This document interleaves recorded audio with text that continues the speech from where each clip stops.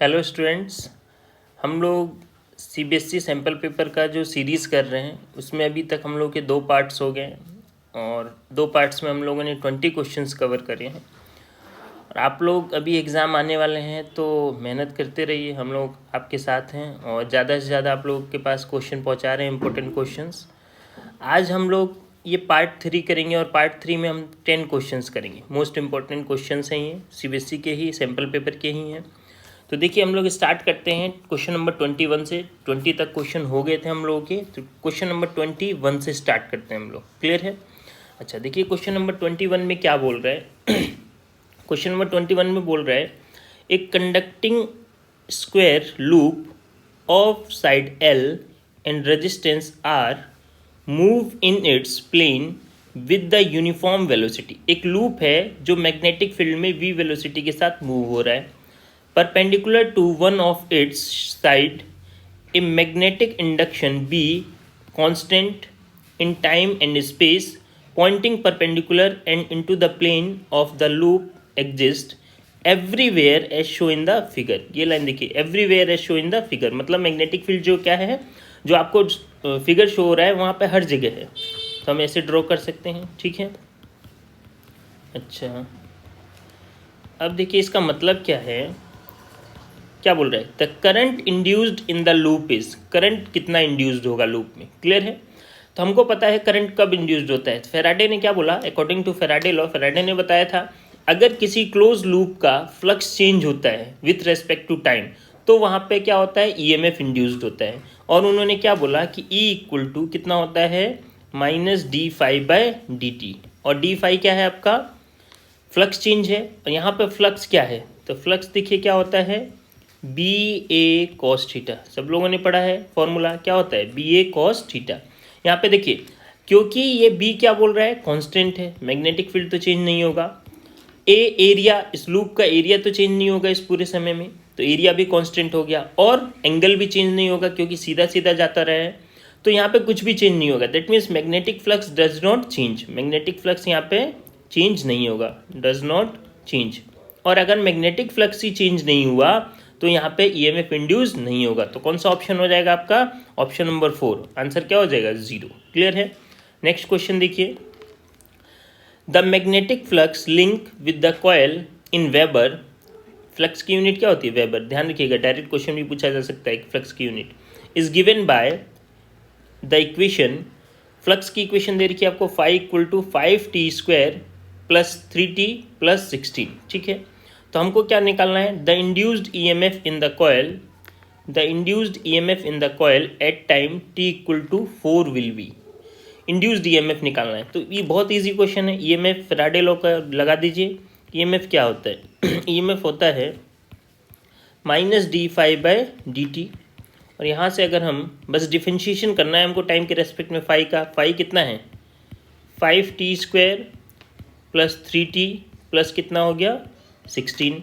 तो ईएमएफ कितना मिल जाएगा हमको, देखो 5t का स्क्वायर करेंगे, 5t² का, तो कितना हो जाएगा, 5t² का इंटीग्रेशन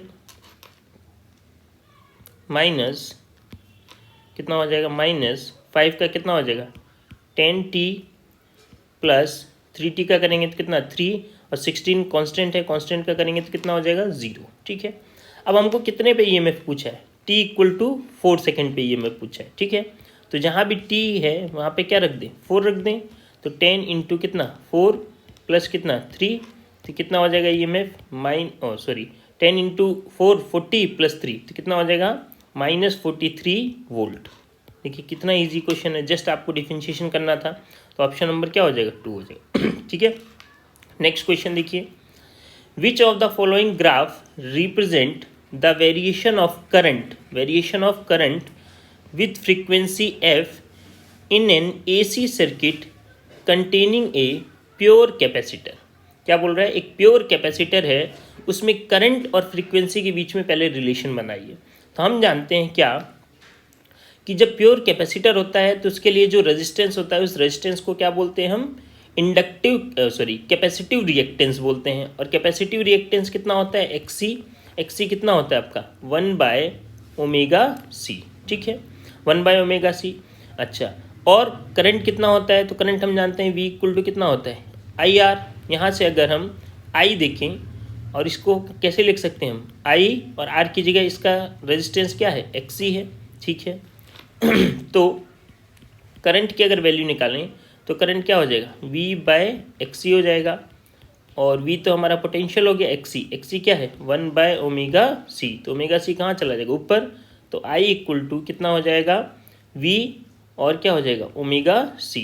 तो ओमेगा की जो वैल्यू होती है फ्रीक्वेंसी के फॉर्म में वो कितना होता है 2πf होता है, ठीक है। तो यहाँ पे देखिए पोटेंशियल कांस्टेंट, कैपेसिटर जो लगा है वो कांस्टेंट, 2π कांस्टेंट। तो करंट और फ्रीक्वेंसी का क्या रिलेशन आ गया, I प्रोपोर्शनल टू F आ गया।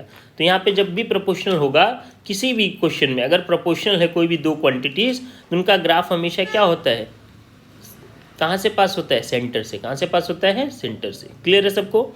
ये वाला किसके लिए होता है, जब इन्वर्सली प्रोपोर्शनल होता है। ये वाला किसके लिए, ये वाला इन्वर्सली प्रोपोर्शनल के लिए, ये वाला कांस्टेंट के लिए, ये वाला नॉन यूनिफॉर्म के लिए, और ये वाला यूनिफॉर्म के लिए। तो जब प्रोपोर्शनल होता है तो वो क्या होता है, यूनिफॉर्म। तो ग्राफ कैसा होगा, ऐसा होगा। क्लियर है सबको, बहुत ईजी क्वेश्चन था ये भी। नेक्स्ट क्वेश्चन देखिए, ए 20 volt AC supply, AC is applied, a 20 volt AC is applied to a circuit consisting of a resistance and a coil। coil का मतलब क्या होता है, इंडक्टर, ठीक है। with negligible resistance if the voltage across the resistance is 12 volt। Voltage कितना दे रखा है, 12 volt. the voltage across the coil is, मतलब क्या है इसका, मतलब ये है कि यहाँ पे दो सर्किट कनेक्ट कर रखे हैं। एक तो क्या लगा है, रेजिस्टेंस लगा है, और एक क्या लगा है, इंडक्टर लगा है, ठीक है। और दोनों किससे कनेक्टेड हैं, AC से कनेक्टेड है। पहले तो सर्किट बना लीजिए, ये हो गया रेजिस्टेंस और ये हो गया आपका इंडक्टर, ठीक है। कितना सप्लाई दे रहे हैं, वोल्टेज कितना दे रहे हैं, 20 वोल्ट। कितना दे रहे हैं, 20 वोल्ट, ठीक है। क्या बोल रहे हैं, if the voltage across the resistance is 12, resistance के लिए कितना दे रखा है, 12 volt. The voltage across the coil, तो कॉयल के लिए वोल्टेज क्या होगा, ठीक है। तो इसका फेज डायग्राम याद रखिए, याद करिए हम लोगों ने कैसा बनाया था फेज डायग्राम। फेज डायग्राम कैसा बनाया था, V के फॉर्म में, पोटेंशियल के फॉर्म में। देखिए इधर तो क्या होता है VR, और इधर क्या होता था VL। इसका नेट जो पोटेंशियल आएगा वो कहाँ होता था, बीच में, ठीक है। और इसका रिलेशन एक हमारे पास आया था क्या, V इक्वल टू क्या, जब भी ऐसा होता है अंडर रूट कितना हो जाएगा, VR square plus VL square, ठीक है। वेक्टर फॉर्म से कर दें इसको, under root A square plus B square plus 2AB cos theta. Cos theta क्या हो जाएगा 90, तो 2AB वाला टर्म खत्म हो जाएगा, तो बचेगा क्या, A square plus B square मतलब VR स्क्वायर और VL स्क्वायर। यहाँ से अगर स्क्वायर कर दें, अच्छा स्क्वायर नहीं आप ऐसे ही निकालिए, VR कितना दे रखा है आपको 20, सॉरी VR कितना दे रखा है आपको 12 का स्क्वायर प्लस VL का स्क्वायर, और V आपको 20 दे रखा है। तो अंडर रूट हटाने के लिए स्क्वायर कर दीजिए दोनों तरफ, 20 का स्क्वायर प्लस 12 का स्क्वायर कितना हो जाएगा 144, प्लस कितना हो जाएगा VL स्क्वायर। 20 का स्क्वायर कितना हो गया 400 minus 144 equal to VL square. तो यहाँ पे क्या बचेगा देखिए 0 में से 4 गया तो कितना बचेगा 6, और 9 में से 4 गया तो कितना बच गया 5, और यहाँ पे 3 में से 1 गया तो कितना हो गया 2, तो कितना हो गया VL स्क्वायर। तो VL निकालना है तो अंडर रूट आ जाएगा 256, और 256 किसका रूट होता है यहाँ पे 16 का, किसका होता है 16 का। क्लियर है सबको। तो देखिए ये भी इजी क्वेश्चन था, तो आंसर क्या हो जाएगा हमारा 16 वोल्ट। कितना हो जाएगा 16 वोल्ट। क्लियर है। नेक्स्ट क्वेश्चन देखिए, the instantaneous value of EMF and the current in A series AC circuit. कैसा है, सीरीज AC सर्किट है जिसमें EMF और करंट की वैल्यू आपको दे रखी है, ठीक है। EMF कितना दे रखा है E equal to E0 sine omega t, और करंट दे रखा है I equal to I0 sine omega t plus π/3। और ये जो π/3 होता था ये क्या होता था, फेज होता था। क्या होता था, इसको क्या बोलते थे, फेज डिफरेंस। AC में हमने पढ़ा है, इसको क्या बोला जाता था, फेज डिफरेंस। और ये जो फेज डिफरेंस है ये शो करेगा कि करंट आगे है पोटेंशियल से या पीछे है। अगर यहाँ पे माइनस सिंबल होगा तो हम क्या बोलते हैं कि करंट पीछे है, कौन लीड कर रहा है? पोटेंशियल लीड कर रहा है। और अगर करंट 5+ में है दैट मीन्स करंट लीड कर रहा है किसको? पोटेंशियल को। तो बोल रहा है देन इट इज़। तो देखिए नेसेसरी ए RL सर्किट, क्या बोल रहा है? RL सर्किट में क्या करंट आगे रहता है आप समझिए, क्योंकि फेज डिफरेंस यहाँ पे क्या आ गया? फेज एंगल आपका, फेज एंगल आ गया आपका π/3। तो सोचिए RL सर्किट में कौन आगे होता है? RL सर्किट में पोटेंशियल आगे होता है। कितने से लीड करता है पोटेंशियल? π/2 से। नेसेसरी ए RC सर्किट, हाँ RC सर्किट में क्या होता है? जैसे ही कैपेसिटर लगा होगा करंट लीड करने लग जाएगा, क्योंकि कैपेसिटर किसको सपोर्ट करता है? करंट को। तो RC के लिए हो सकता है। अच्छा नेक्स्ट देखिए नेसेसरी ए LCR सर्किट, ये भी ज़रूरी नहीं है, LCR सर्किट में हो सकता है बट नेसेसरी बोल रहा है। देखिए नेसेसरी का मतलब इसी में होगा नहीं, RC में इसी में होगा नहीं। तो कैन बी RC और LR सर्किट, हाँ ये ऑप्शन हमारा सबसे सही ऑप्शन है। क्यों? क्योंकि RC में भी होगा, RC जब रेजिस्टेंस और कैपेसिटर लगेगा तो भी क्या होगा? करंट लीड करेगा किसको? पोटेंशियल को। कितने एंगल से? π/2 से। और LCR सर्किट में भी पॉसिबल है। कब पॉसिबल है? जब XC इज ग्रेटर देन किसके साथ हो? XL के साथ। तो ऑप्शन हमारा कौन सा सही हो जाएगा? कैन बी RC और LCR सर्किट। क्लियर है? नेक्स्ट देखिए 26 क्वेश्चन, सेक्शन बी का है ये। A cylinder of radius R and length L is placed in an uniform electric field parallel to the axis of the cylinder.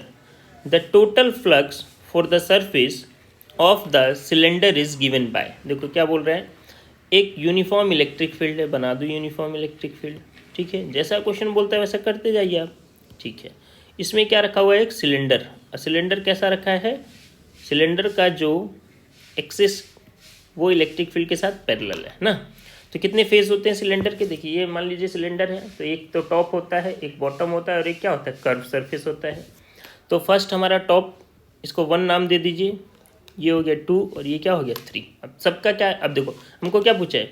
The total flux. तो कैसे निकालते थे? Chapter 1 का क्वेश्चन है। हर एक पार्ट का फ्लक्स निकालिए और सबको ऐड कर दीजिए। तो पहले फर्स्ट पार्ट के लिए, तो फ्लक्स जब निकालते हैं हम लोग फ्लक्स जो हम लोग निकालते हैं तो क्या जानते हैं? फ्लक्स निकालने के लिए जैसे φ1 निकालेंगे तो आपको फॉर्मूला क्या होता है? E1 और साथ में क्या होता है? cos theta. ये जो cos थीटा है ये किसके बीच का एंगल होता है? इलेक्ट्रिक फील्ड और एरिया के बीच में। और एरिया किसी भी बॉडी का हमेशा कैसा होता है? परपेंडिकुलर होता है। जैसे इसका एरिया कहाँ आएगा? हमेशा इस डायरेक्शन में आएगा। ठीक है, तो इसका एरिया किधर हो गया? इधर। इलेक्ट्रिक फील्ड भी कहाँ है? इसी डायरेक्शन में है, एरिया भी इसी डायरेक्शन में, A1 मान लो इसको। तो यहाँ पे एंगल कितना बन रहा है? 0 डिग्री। कितना हो रहा है? 0। यहाँ पे देखिए फ्लक्स एंगल कितना आ रहा है यहाँ पे? इलेक्ट्रिक फील्ड और एरिया के बीच में 90 डिग्री A2 के लिए। और थर्ड है E3, इसके लिए देखिए, तो इसके लिए कितना आ रहा है आपका? इसके लिए भी आ रहा है 180, सॉरी इलेक्ट्रिक फील्ड इधर है, ठीक है, और एरिया इस डायरेक्शन में है। तो कितना एंगल बन रहा है? 180 डिग्री। अब फ्लक्स निकालिए सबका। तो फ्लक्स, नेट फ्लक्स कैसे निकालेंगे? φ1 प्लस φ2 प्लस φ3। तो देखिए φ1 ये वाला हो गया, तो ये कितना हो गया? EA cos theta. cos theta कितना है? 0। तो ये EA cos 0 डिग्री। सेकंड के लिए क्या हो जाएगा? EA cos 90। और थर्ड के लिए क्या हो जाएगा? EA cos 180 degree. अब EA cos 0 की वैल्यू 1, तो यहाँ पे क्या आ जाएगा? EA आ जाएगा। cos 90 की वैल्यू 0, तो ये वाला टर्म क्या हो जाएगा आपका? 0 हो जाएगा, 0। और cos 180 की वैल्यू कितनी होती है? -1, तो यहाँ पे क्या आ जाएगा? -EA। ठीक है, तो देखिए प्लस EA 0 प्लस -EA, तो ये दोनों क्या हो गए? कैंसिल। तो जो नेट फ्लक्स आया सिलेंडर का वो कितना आ गया? 0 आ गया। कितना आ गया? 0। तो ऑप्शन कौन सा करेक्ट हो जाएगा? 1। क्लियर है? समझे सब लोग? बहुत ईजी था। अच्छा नेक्स्ट क्वेश्चन देखिए, क्वेश्चन नंबर 27 क्या बोल रहा है? 2 parallel large thin metal sheet have equal surface density. 2 sheet हैं और दोनों पे इक्वल डेंसिटी है। ठीक है, इक्वल सरफेस डेंसिटी कितना दे रखा है? 26.4 into 10⁻⁻12 coulomb per metre square of opposite sign. The electric field between these sheets is. ठीक है, तो ये क्वेश्चन देखिए, ये भी क्वेश्चन, ये चैप्टर 1 का क्वेश्चन है और कौन सा? गॉस के एप्लीकेशन का क्वेश्चन है। क्या बोलता है गॉस का एप्लीकेशन? कि अगर इनफाइनाइट शीट है, मान लीजिए इनफाइनाइट शीट है, ठीक है, और क्या बोल रहा है? अपोजिट साइन है। अपोजिट साइन इसलिए है क्योंकि एक पे चार्ज कैसा है? पॉजिटिव होगा, इसकी डेंसिटी कितनी हो जाएगी प्लस सिग्मा, और एक शीट पे चार्ज कैसा होगा, एक शीट पे चार्ज डेफिनेटली यहाँ पे क्या होगा नेगेटिव, तभी इसकी डेंसिटी कितनी होगी माइनस सिग्मा। अब कहाँ पे बोल रहा है the electric field between these sheet is, इनके बीच में कहीं पे, मान लीजिए ये पॉइंट है, यहाँ पे पॉइंट है ओ, इस पे निकालना है, ठीक है। हमने पढ़ा है, वैसे तो डायरेक्ट मैंने आपको बताया है, बट नहीं जानते तो फिर से देखिए। पॉजिटिव चार्ज की वजह से इलेक्ट्रिक फील्ड कहाँ होता है हमेशा आउटवर्ड डायरेक्शन में, ठीक है। तो ये हो गया फर्स्ट प्लेट की वजह से E1 बोल दो, और नेगेटिव चार्ज की वजह से भी कहाँ होगा इनवर्ट डायरेक्शन में, तो ये क्या हो जाएगा E2। अब यहाँ पे देखिए नेट इलेक्ट्रिक फील्ड क्या हो जाएगा, नेट इलेक्ट्रिक फील्ड, क्योंकि E1 और E2 दोनों सेम डायरेक्शन में है, तो यहाँ पे क्या हो जाएगी इलेक्ट्रिक फील्ड प्लस हो जाएगी, तो हम क्या लिखेंगे E1 प्लस E2 लिख देंगे इसको, ठीक है। और हम जानते हैं गॉस का सेकंड एप्लीकेशन याद है अगर आपको, तो क्या बोला था, एक इनफाइनाइट प्लेन शीट की वजह से इलेक्ट्रिक फील्ड कितना होता है शीट पे 2 सिग्मा बाय 2 एप्सिलॉन नॉट, यहाँ भी क्या हो जाएगा plus sigma bye 2 epsilon not, तो आंसर क्या आ जाएगा देखो हाफ प्लस हाफ, तो सिग्मा बाय एप्सिलॉन नॉट, ठीक है। हमको क्या निकालना है इलेक्ट्रिक फील्ड निकालना है, सिग्मा हमारे पास है, सिग्मा कितना है 26.4 into 10⁻⁻12 divided by epsilon not. Epsilon not की वैल्यू आपको याद रहनी है, कितना होता है 8.854 इंटू 10⁻⁻12, तो देखिए -12 से -12 कैंसिल, ये कैलकुलेशन आपको करेंगे तो ये कैलकुलेशन अप्रॉक्स यहाँ पे 2.98 आता है। अब यहाँ पे देखिए ऑप्शन में 2.98 तो कहीं नहीं है, तो इसके एकदम क्लोज कौन सा है 3 न्यूटन पर कूलाम है, क्लियर है।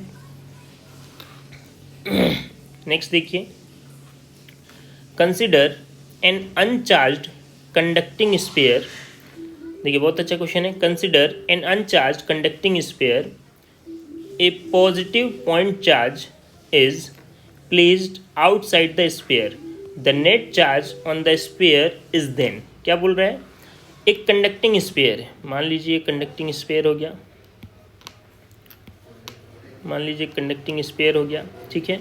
कंडक्टिंग स्फीयर मतलब न्यूट्रल बॉडी है, अभी ये क्या है न्यूट्रल बॉडी है, ठीक है, न्यूट्रल बॉडी। क्या बोल रहा है एक point charge, positive point charge, यहाँ पे क्या लेके आए एक पॉजिटिव पॉइंट चार्ज लेके आए, ठीक है, इसके पास में।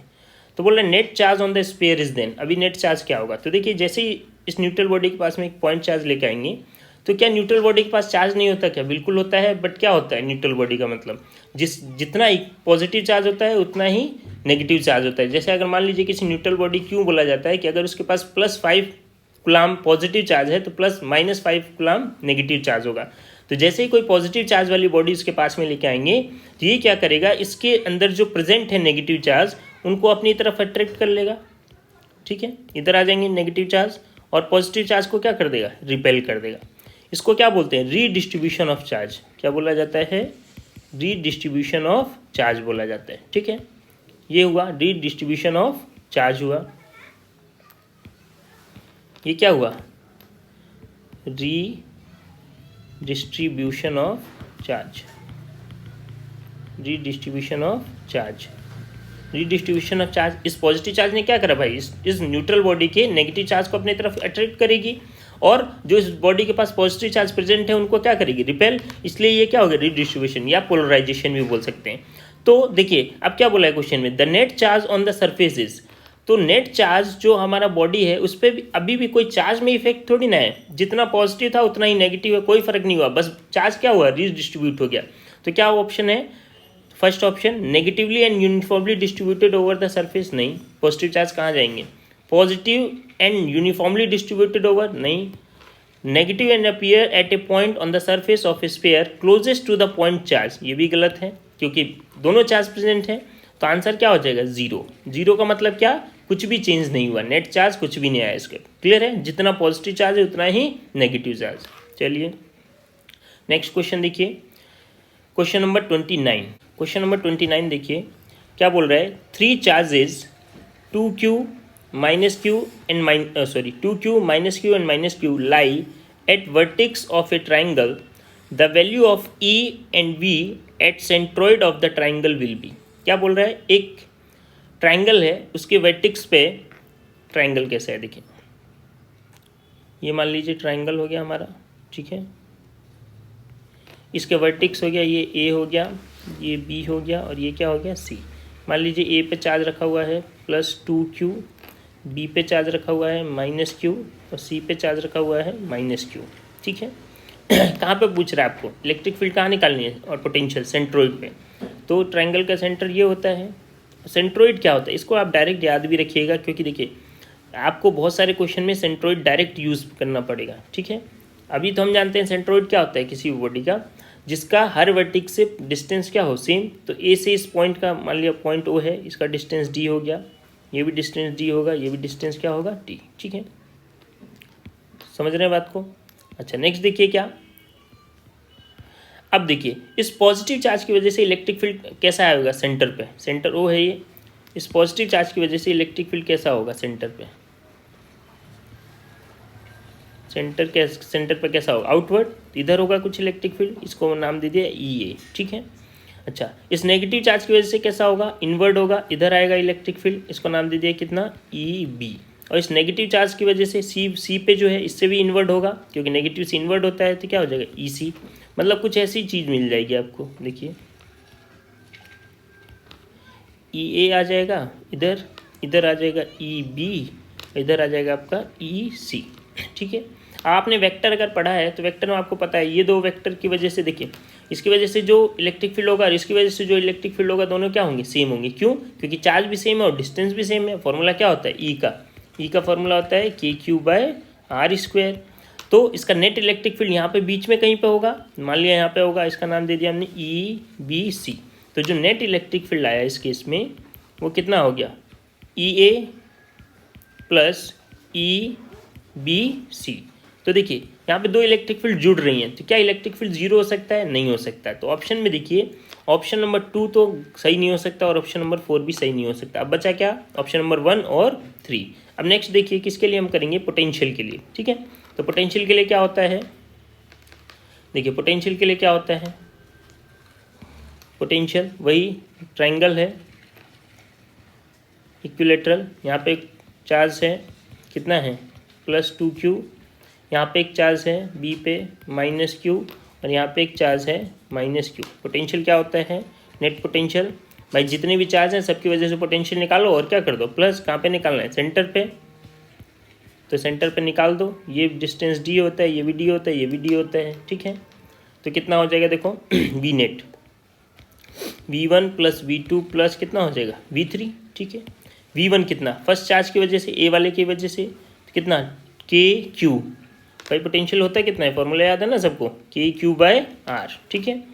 तो देखिए KQ 2Q है डिवाइडेड बाय R, डिस्टेंस कितना होगा D minus next second part minus क्यों ले रहे हैं क्योंकि नेगेटिव चार्ज है, तो -KQ divided by D। Next भी माइनस है तो कितना हो जाएगा -KQ डिवाइडेड बाय D। क्योंकि पोटेंशियल स्केलर क्वांटिटी है इसलिए इसका सिंबल हम क्या लेते हैं साथ में लेते हैं, और इलेक्ट्रिक फील्ड वेक्टर क्वांटिटी है इसलिए इसका सिंबल साथ में नहीं लेते। वहाँ पे नेगेटिव और पॉजिटिव किस काम में आता है, जस्ट फॉर डायरेक्शन के काम में आता है, ठीक है। जबकि आपका अगर पोटेंशियल की बात करें तो पोटेंशियल स्केलर क्वांटिटी होने की वजह से उसके सिंबल्स हम हमेशा साथ में लेते हैं। तो देखिए यहाँ पे बना क्या, यहाँ पे आपका हो गया ये कितना हो गया 2KQ/D और यहाँ पे देखिए -KQ/D और -KQ/D, ये कितना हो गया 2KQ/D हो गया, दोनों सेम है, आंसर 0 मतलब 0। तो देखिए कौन सा ऑप्शन सही हो गया, आपका फर्स्ट आंसर आया था इलेक्ट्रिक फील्ड तो 0 नहीं हो सकता, और सेकंड क्या आया पोटेंशियल कितना होगा 0। तो ऑप्शन चेक करिए, फर्स्ट ऑप्शन तो गलत हो गया, तो आंसर क्या हो जाएगा हमारा आंसर 3, ऑप्शन नंबर 3 हो जाएगा। क्लियर है सबको। चलिए नेक्स्ट क्वेश्चन है हमारा लास्ट, क्या है 2 parallel plate capacitor X and Y have same area of plate and same separation between plates। Area same है, सेपरेशन सेम है। X has air and Y with dielectric of constant 2। मतलब देखिए दो capacitor, एक capacitor ये मान लिया, ठीक है, इसको बोल दिया CX बोल दिया, मान लीजिए CX, ठीक है। एरिया इसका A है, इसमें डाइलेक्ट्रिक एयर है, ठीक है, एयर है। अच्छा दूसरा जो कैपेसिटर है उसका हमने मान लिया CY, उसमें एक मीडियम डाल रखा है, क्या डाल रखा है मीडियम, और उस मीडियम K की वैल्यू जो है कितनी है 2 है, कितनी है 2, ठीक है। They are connected in series to a battery of 12 volt. दोनों को कैसे कनेक्ट कर दिया, सीरीज में कनेक्ट कर दिया। कैसे कनेक्ट करा गया है, सीरीज में, ठीक है, सीरीज ऐसे ही होता है। The ratio of electrostatic energy store in X and Y is. तो पहली बात तो रिलेशन क्या होता है एयर और मीडियम का डाइलेक्ट्रिक कांस्टेंट की वजह से। तो देखिए जैसे फोर्स के लिए था ऐसे यहाँ पे होता है C air equal to C medium by K. ध्यान रखिएगा, बहुत इंपॉर्टेंट है ये रिलेशन, बहुत ज़्यादा काम आता है फोर्स में भी और यहाँ पे भी ना।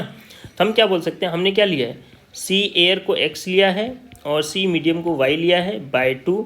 यहाँ से एक रिलेशन मिल जाएगा सी वाई इक्वल टू कितना हो जाएगा 2cx, ये हो जाएगा हमारे पास। ठीक है, अब देखिए क्या कि हमको किसका रेशियो पूछा है, एनर्जी का। तो एनर्जी होता क्या है कैपेसिटर का, तो एनर्जी क्या होता था, एक क्या होता है हाफ CV²। तो क्या हम ये फॉर्मूला यूज़ कर सकते हैं, नहीं, क्योंकि हमको ना तो कैपेसिटेंस पता है ना पोटेंशियल पता है। तो एक और एनर्जी का फॉर्मूला होता था क्या, Q²/2C। कितना होता था, Q²/2C। ये यूज़ करेंगे, क्यों यूज़ करेंगे, क्योंकि सीरीज़ है, सीरीज़ में चार्ज सब दोनों के लिए क्या होगा, सेम। तो एक चीज़ सेम हो गई, सी का रिलेशन मिल जाएगा। तो देखिए क्या, अब तो यहाँ फॉर्मूला लगा दें Ux/Uy, दोनों का एनर्जी का, एक का क्या हो जाएगा Q²/2C, किसके लिए, x के लिए, और चार्ज Q²/2y। ठीक है, Q² into 2CY divided by Q² into 2CX। ठीक है, Q² से Q² कैंसिल, 2 से 2 कैंसिल, ऊपर क्या आया देखिए, ऊपर आया CY और नीचे क्या है CX। ठीक है, तो Ux/Uy कितना हो जाएगा CY को हम क्या है रिलेशन CY/CX। तो CY हमारा रिलेशन हमने निकाला है पहले ही, CY को हम क्या लिख सकते हैं 2CX और डिवाइडेड बाय नीचे कितना है CX। तो CX से CX कैंसिल, बचा क्या 2/1। तो आंसर कौन सा सही हो जाएगा, ऑप्शन नंबर 3। ऑप्शन नंबर क्या हो जाएगा 3। क्लियर है, तो उम्मीद करता हूँ आपको समझ में आया होगा और आप लोग मेहनत करते रहिए, और हम लोग ऐसे ही आपको कंटिन्यूस वीडियोस प्रोवाइड कर रहे हैं एटलीस्ट आपके एग्ज़ाम तक, अपकमिंग एग्ज़ाम तक। और कुछ भी आपको डाउट होता है तो बिना झिझक आप लोग कमेंट बॉक्स में लिखिए उसको, और ज़्यादा से ज़्यादा अपने दोस्त लोगों के साथ शेयर करिए ताकि उनकी भी हेल्प हो। ठीक है, थैंक यू।